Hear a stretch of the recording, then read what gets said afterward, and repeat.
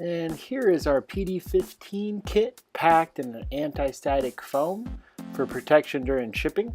Starting off is our motor mount assembly, MM4 remote module with an optional Rex on board, our MM4 cable connected, an 8-foot power lead, our magnet bracket, and some other accessories including cable ties, cable guides, and mounting pads.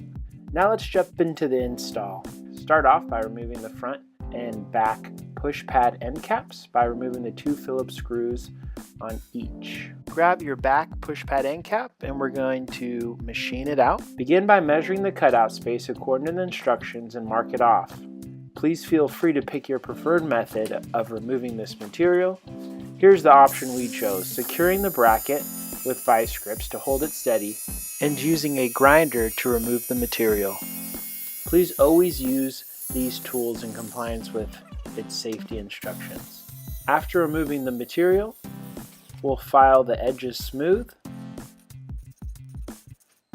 Now that we have the rear end cap machined out, it is an excellent time to check it out on the back of the device, make sure it slides in smoothly. Now let's jump back to disassembling the device. The next part you'll only need to do if the device has mechanical dogging intact. If not, you can skip this next section. If so, flip the device on its side and remove the screw or screws attaching the head to the housing. Remove the head assembly and set it aside for the time being. Now we'll slide the push pad forward until the back activating bracket is showing. Remove both the plastic bumpers and the pin, letting the connecting rods drop down. Next, slide the push pad back to fully remove, and now we can remove the front plastic bumpers and pin, remove the connecting rods, and before we forget, we can reattach the head assembly by sliding it back on and reinstalling the screw or screws, depending on if it's a rim or concealed vertical rod device. We'll double check that it's working and secure.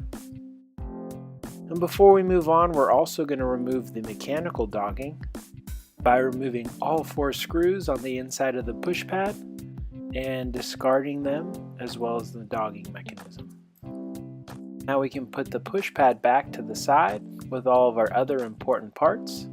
And the last step would be to remove the 2 screws on the back of the dogging hook. Don't worry if you misplace these, because we give you an extra set in the accessory bag. Now we're ready to start installing our kit. Starting off with installing our magnet bracket on the front activating bracket. It slides right on the top and press to snap onto the activating bracket. Make sure that it's centered. Once it is on, tighten the Phillips screw on the top to keep it from wiggling loose.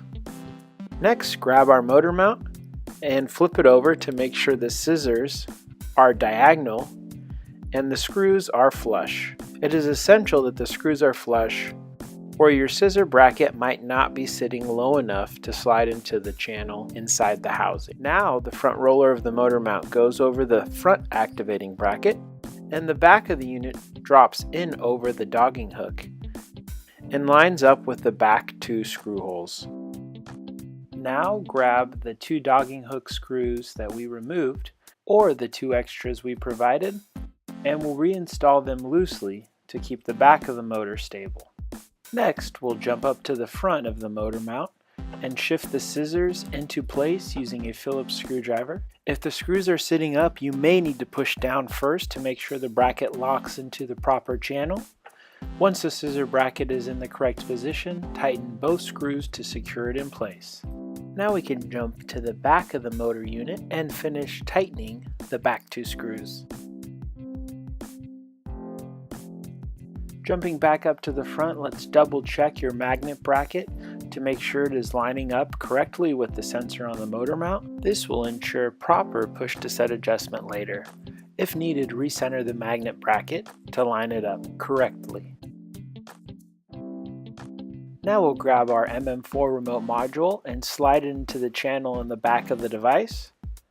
Before we secure it, we're going to connect it to the motor unit and connect it to power and fire it up to give it a quick test to make sure everything is working.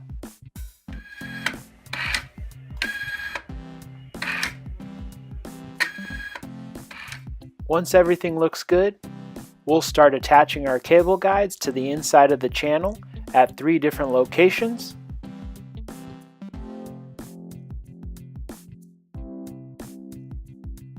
And press our cable into the guides to hold it securely in place.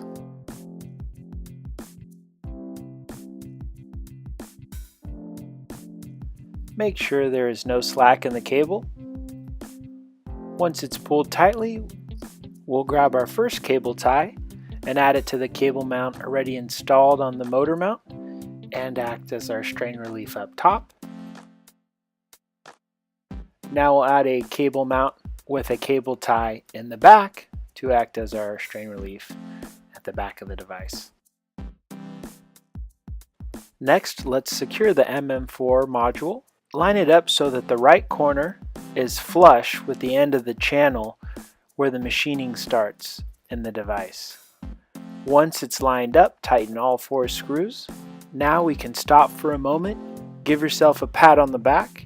You've just about made it, and we can begin reassembling the device, starting off with reinserting the pin into the back activating bracket and attaching the connecting rods.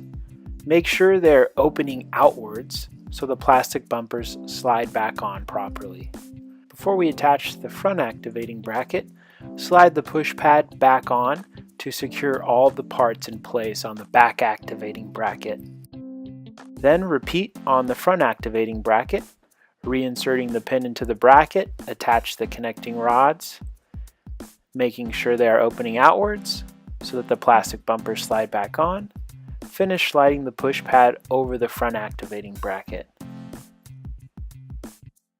Grab the back push pad end cap that we had machined out, make sure that it's on the correct side as the cable, and install it into the correct channel to prevent the push pad from moving around, and reinstall the 2 screws to secure it into place. Then we'll jump to the front and do the same. Now we can hook up to power and set our push to set adjustment by depressing the pad and applying power, waiting for 6 beeps. Now that it's complete, the device has learned its new location. We can refire it to test it a few times. Now we have found the proper adjustment. We'll go to the MM4 at the back of the device to turn off the push to set feature and lock in the programming. This will also prevent it from accidentally being reset in the field. And since this had the optional RECs installed, we'll just finish off by double checking that I'm getting continuity from my RECs, hooking it up to my meter. We can see everything's functioning.